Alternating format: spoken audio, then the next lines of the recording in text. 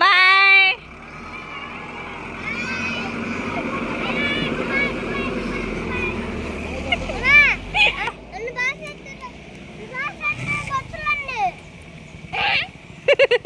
తీసుకున్నారా బాక్స్ ఎక్కి నా చేతికి ఉంటారానా మమ్మీ? మరి సబ్స్క్రైబర్స్ అంటున్నారు ప్రిన్స్ అమ్మ చిన్నపిల్ల కదా, ప్రిన్స్ అమ్మ ఎత్తుకోకుండా సాస్ బాబు బాక్స్ సెట్ సాస్ బాబు బ్యాగ్ మోస్తుంది రాజీ, అంతేలే కూతురు ఒక లెక్క కొడుకు ఒక లెక్క అని చెప్పేసి కామెంట్ చేస్తున్నారు. మమ్మీ నేను బాగా చూసుకుంటున్నానా లేదా? ప్రిన్సీ బ్యాగు వాళ్ళ అన్నయ్య bag set, Princy bag set వాళ్ళ అన్నయ్య బ్యాగు. ప్రిన్స్ అమ్మ సంకలో కూర్చుంది. నాకు మగ పిల్లడైనా ఒకటే ఆడపిల్లైనా ఒకటే, ఇద్దరు నా కడుపుని పుట్టిండే కాబట్టి నాకు వీళ్ళిద్దరైతే 2 కళ్ళు లాంటి వాళ్ళు. అంతేనా? చూస్తూ నా కంట్లో నేను పొడుచుకోలేనుగా, అంతే కదా డాడీ? సాయంత్రం పూట ఇప్పుడు టైం వచ్చేసి ఇంకా 7:30 మొదలవుతుంది. ఇంకా అన్నం అయితే పొయ్యి పెట్టేస్తాను. ఇంకా కర్రీ వచ్చేసి మధ్యాహ్నం నేను మా మరదలైతే సొరకాయ కర్రలు అయితే వేసాము. సొరకాయ పప్పు చేద్దామని చెప్పేసి సగం సొరకాయ అయితే ఉంచేసాను. ఇంకా అది అటు ఇటు కాకుండా ఉందిలే, పచ్చడి అయితే నాకు చాలా ఇష్టం సొరకాయ పచ్చడి, అందుకని చెప్పేసి ఇంకా సొరకాయ పచ్చడి అయితే చేయబోతున్నాను. కర్రీ చేసిన ఏంటంటే మా ఆయన ముక్కలోటికి విడిగా పక్కన పెడతా ఉంటాడు, అందుకని చెప్పేసి ఇంకా వేడివేడి రైస్లోకి సాయంత్రం పూట ఒక ఎత్తుగా సరిపోద్దని చెప్పేసి సొరకాయ ముక్కలు టమాటా ఇంకా పచ్చిమిర్చి అయితే శుభ్రంగా కడిగి ఒక ప్లేట్లోకి అయితే వేసిస్తూ ఉన్నాను.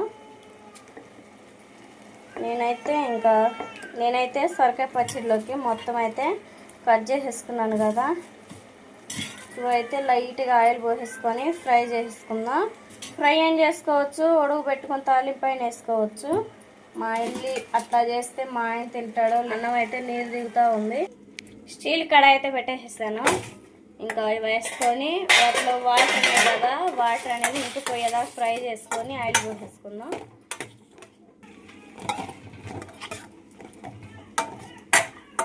ఈ వాటర్లోనే ఆయిల్ పోస్తే ఏంటంటే చెడిపట్లు ఆడుతూ ఉంటాయి, ఇంకెందుకు అంత శ్రమ అని చెప్పేసి వాటర్ ఇంకా పోయేదాకా ఉంచేసుకొని ఆయిల్ పోసేసుకొని బాగా మగ్గని చేసుకొని నుంచి సాయంత్రం దాకా మా ఆయన పని పోయి సాయంత్రానికి పచ్చడి పెడితే మళ్ళీ తింటాడా లేదా అని చెప్పేసి పచ్చడిలో కానీ పప్పుచారులో కానీ ఆమ్లెట్ అయితే చేస్తూ ఉంటాను. ఇంక పచ్చిమిర్చి టమాటా ఉల్లిపాయ బంగాళదుంప కరివేపాకుతో మా ఆయనకి ఒక కొత్త ఆమ్లెట్ అయితే చేయబోతున్నాను. కొత్తగా వింతగా అయితే టేస్ట్ ఎట్లా ఉందో మా ఆయన అయితే చెప్తాడు. త్వరగా ఆమ్లెట్ కావాల్సిన మొత్తం కట్ చేసి పచ్చడి అయితే బాగా లైట్గా అయితే ఆయిల్లో ఫ్రై చేసేసాను. మా ఆయనకి పచ్చడిలోకి ఆమ్లెట్ చేద్దామని చెప్పేసి ఇంక మొత్తం అయితే ఉడకబెట్టేసాను. ఇంకా చన్నీళ్ళలో వేసేసాను. ఇక్కడ అనేది చల్లారిన తర్వాత ఆమ్లెట్ చేద్దాం. స్టవ్ ఆన్ చేసుకొని ఇంకా అట్ల పెనం అయితే పెట్టేసాను. ఎగ్స్ అయితే ఒక చిన్న గిన్నెలో అయితే పగలు కొట్టేస్తున్నాను. టేస్ట్కి సరిపడా సాల్ట్, లైట్గా పసుపు, లైట్గా కారం కూడా వేసుకుందాం. ఉప్పు పసుపు కారం వేసుకొని మొత్తం అయితే ఒకసారిగా కలిపేసుకుందాం. ఇవైతే ఉడకబెట్టిన ఎగ్స్ మొత్తం అయితే కట్ చేసేసుకున్నాను. ఇవి కూడా మొత్తం అయితే కలిపేసుకున్నాం కదా. పెనం కూడా వేడైంది, ఆయిల్ పోసేసుకుందాం. ఆయిల్ అయితే పోసేస్తాం కదా, ఇవన్నీ వేసుకొని బాగా వేగేంతవరకు వేగనిచ్చేసుకున్నాం.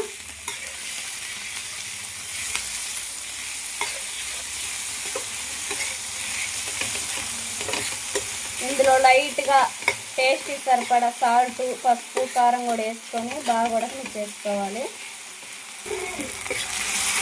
మొత్తం అయితే బాగా వేగుతూ ఉన్నాయి కదా, కారం పసుపు సాల్ట్ వేసుకున్నాం. లైట్గా కారం వేసుకున్నాను, కొంచెం పసుపు, టేస్ట్కి సరిపడా సాల్ట్ వేసుకొని మొత్తం ఒకసారిగా కలిపి చేసుకోవాలి.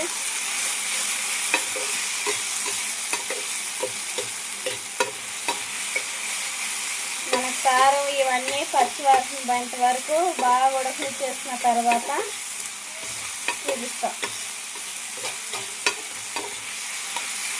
అనేది రౌండ్గా కట్ చేసేసుకోవాలి. ఎగ్స్ అయితే ఈ విధంగా రౌండ్గా అయితే కట్ చేసేసుకున్నాం కదా, మనకి మొత్తం అయితే బాగా వేగింది. ఈ విధంగా చక్కగా పెట్టేసుకోవాలి. ఇట్లా మనం కట్ చేసేసుకున్న ఎగ్స్ ఇట్లా పెట్టేసుకోవాలి.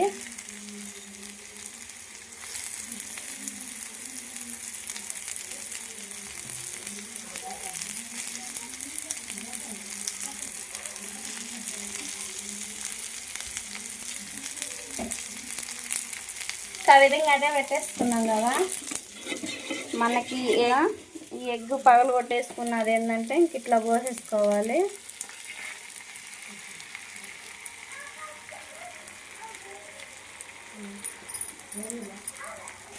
మనకి కొంచెం పెద్ద మంట పెట్టేసుకొని ఆమ్లెట్ అనేది బాగా ఉడకనిచ్చేసుకుంటే మనకి ఎగ్ ఆమ్లెట్ అనేది రెడీ అయిపోయింది.